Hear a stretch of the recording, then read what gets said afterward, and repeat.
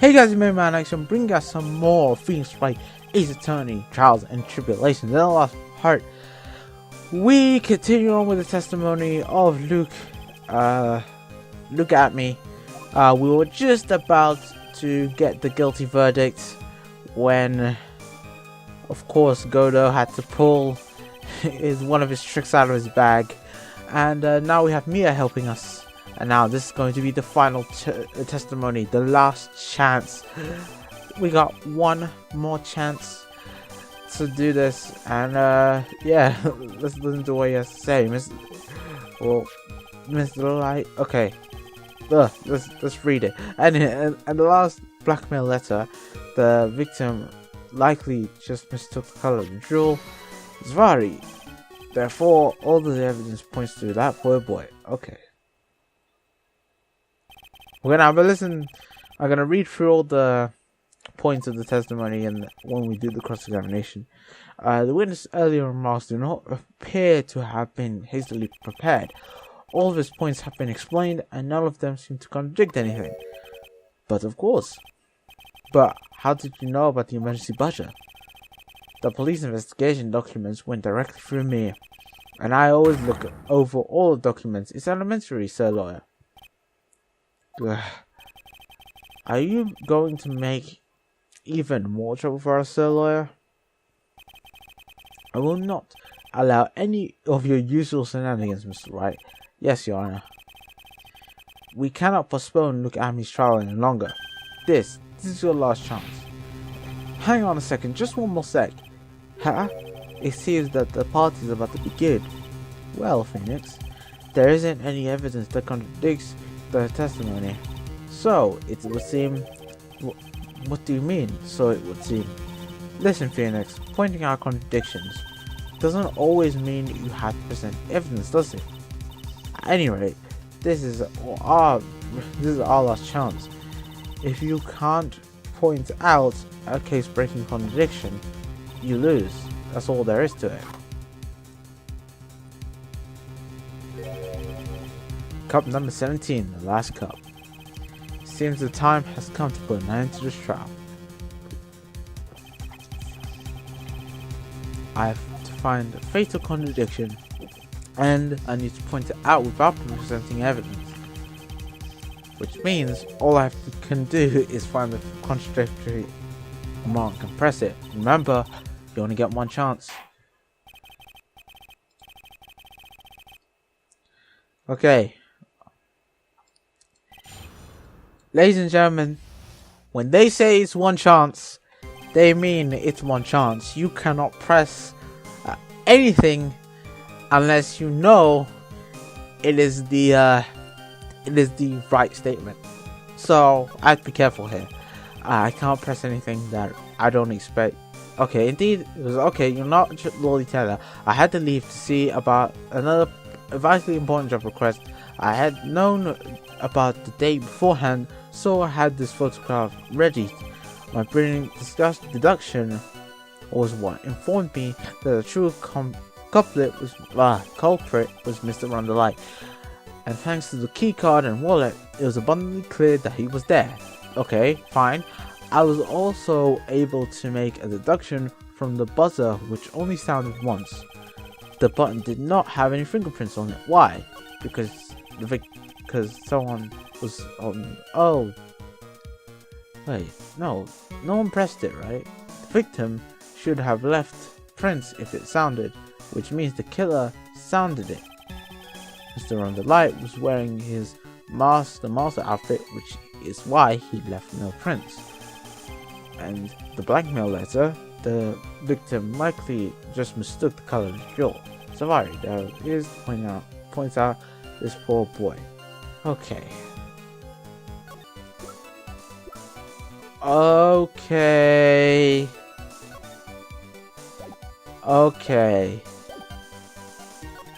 How does he know? Why? The victim is running it. How does he, if he wasn't there, how does he know that the light was wearing Master Masker's outfit?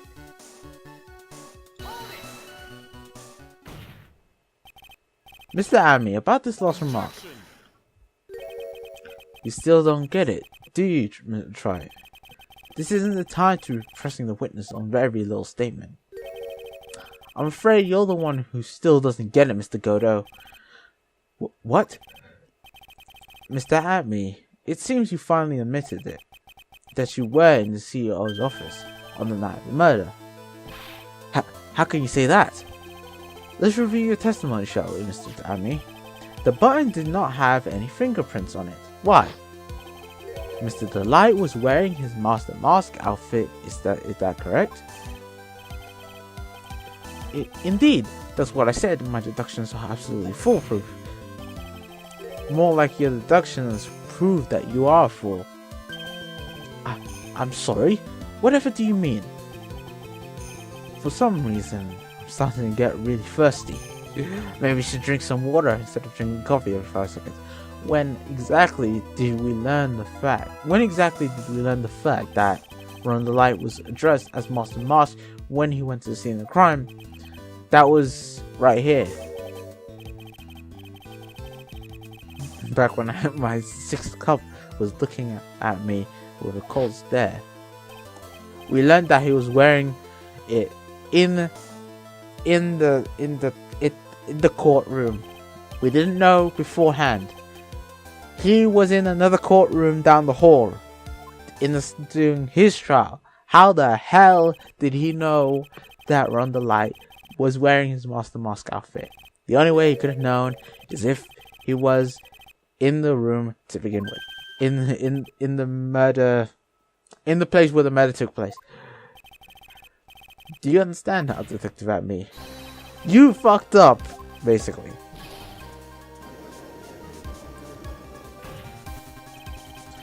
You were in the next courtroom being tried as Master Mask.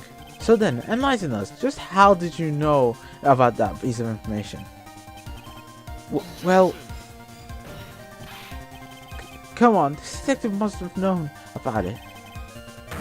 I probably had plenty of chances to find out beforehand. And it's those chances that I want to discuss next. That night, Mr. Light was wearing his Master Mask outfit.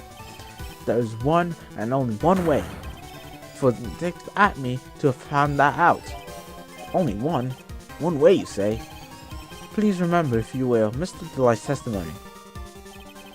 When I entered the office, there was a suspicious shadow there. For a second, my client witnessed the real killer.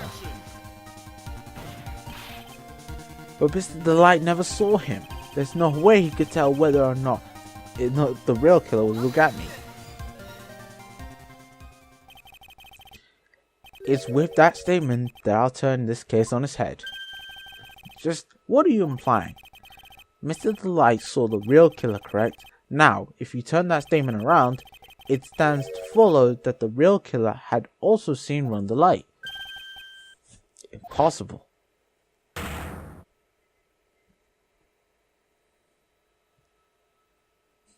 That silhouette made it so obvious, and not even a joke. It's like so easy. Detective at me, you saw Master Mask at the murder scene that night. You saw him when you killed Kane Bullard and assaulted Ron the Light. That was the only way you could have known what Ron was wearing.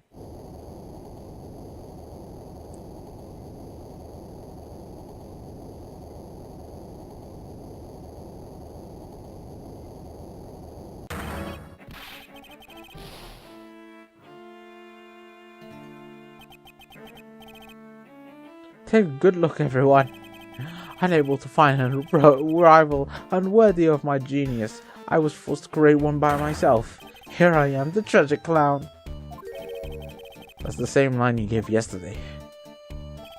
But I think there's a little more behind it this time.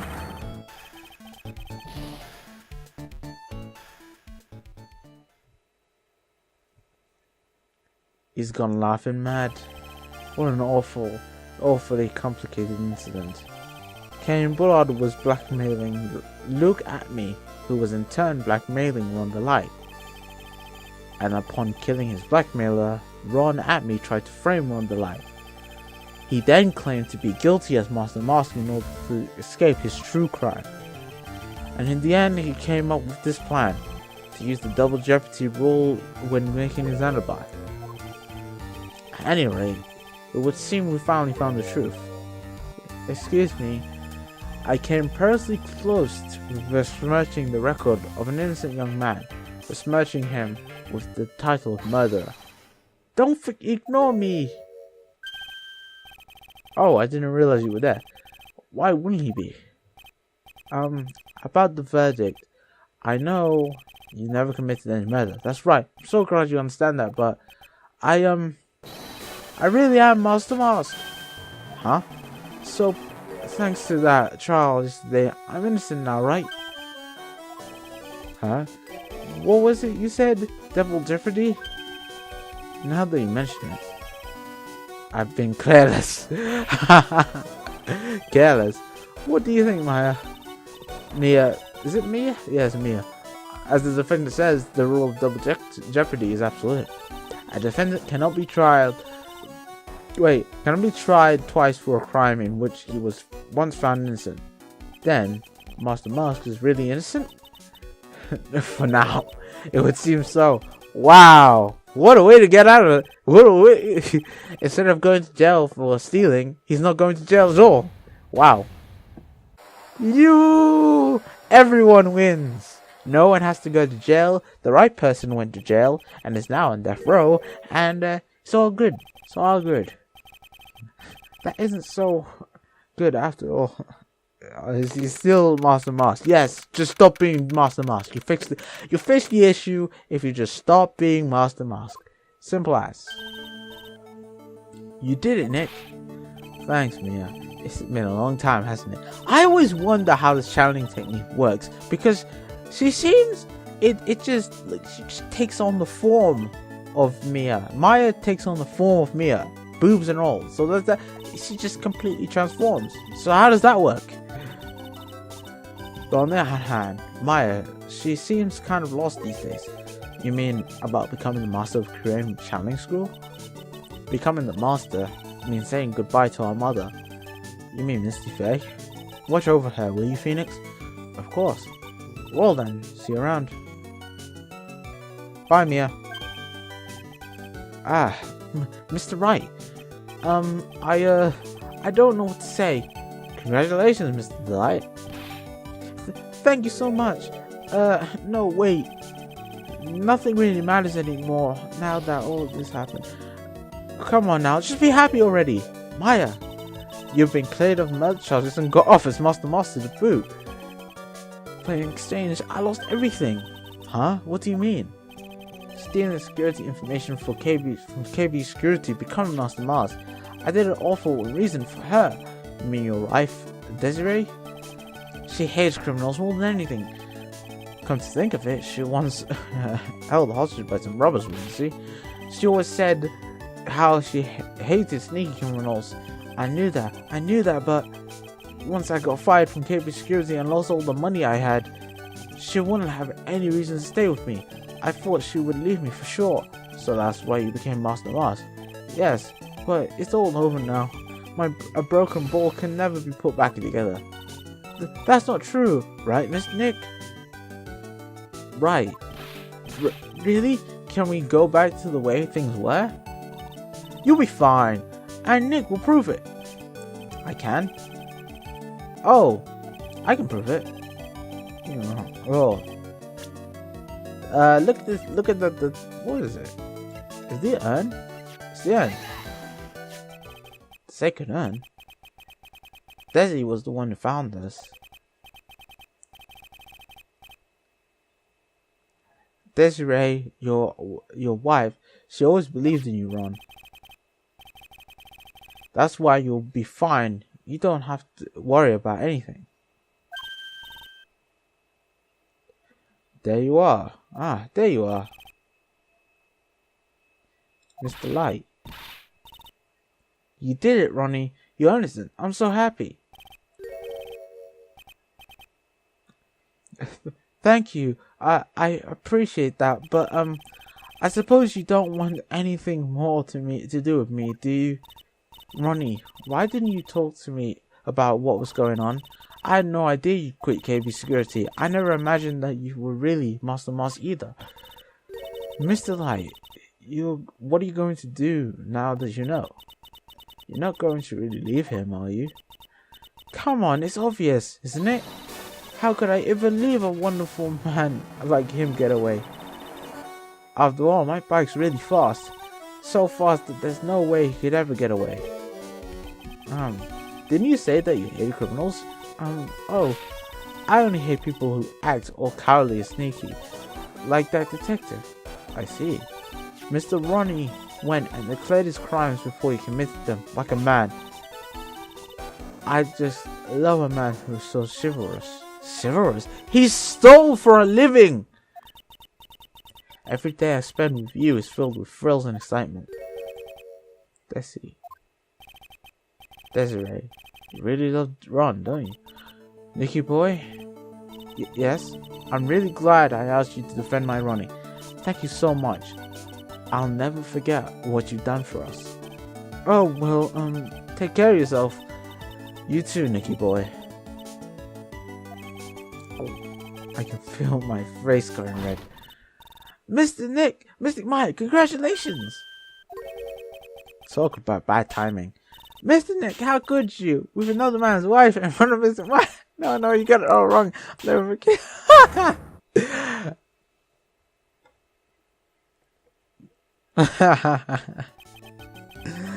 Oh man. So just as the case came to a close, so the dude is my co-assistant. Did you get knocked the heck out by a little girl? Ron said a broken ball can never be put back together. But I know that's not true. I mean, just look. He's a perfect example of one that was put back together even better than before.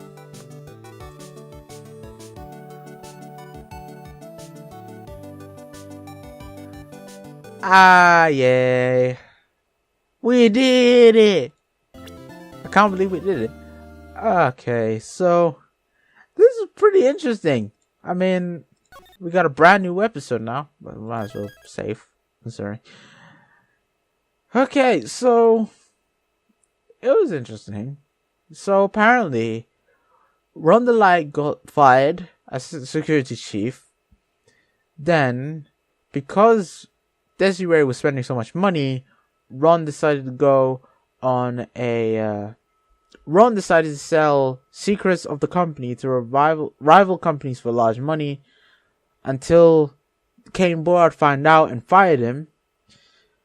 Then, to get even more money, he became Master Mask. He stole the tear of Eminon. Luke Amy finds out who he was, and then blackmails Ron to steal more stuff, so that he could then return it. Then Luke Amy could return it and claim all the Ace Detective stuff and all that crap. And then what happens is Ron bullet every single one, give the treasures to Amy. Okay, that makes more sense. Bullet company's reputation has taken a nosedive thanks to the unsuccessful attempts to prevent robberies made by Master Mask. He soon began investigating each heist. Okay, so he found out Amy was behind it. He blackmails Amy, sends the note. Unless he wants to explode the blackmail. Amy was filled with rage as a result and started planning to kill Bard. Okay, then the Lolly Tailor agreed with the mysterious Korean tribe to present the most valuable possessions. Okay, so and then he uses that whole thing to blackmail Ron into the murder. It's super weird. It was a very interesting episode, that's for sure. Lots of twists and turns. But that's going to be it for today's episode. I know it's a bit short compared to a lot of episodes, but don't worry. In the next part, what was I saying? I keep forgetting. This is episodes, and I label the videos by parts. So this was a short part. I know that it's only about 20 minutes long compared to all my other parts. But in the next part, ladies and gentlemen, we are going to start episode 3, Recipe for Turnabout. I've heard a couple of things about this one. I heard it's not that good, but hopefully we'll be able to get through it. So thank you guys for watching. Hope you guys enjoyed. Leave a like if you did, and of course subscribe. And I'll see you guys later for some more Phoenix Wright, Ace Attorney, Trials and Tribulations. Peace!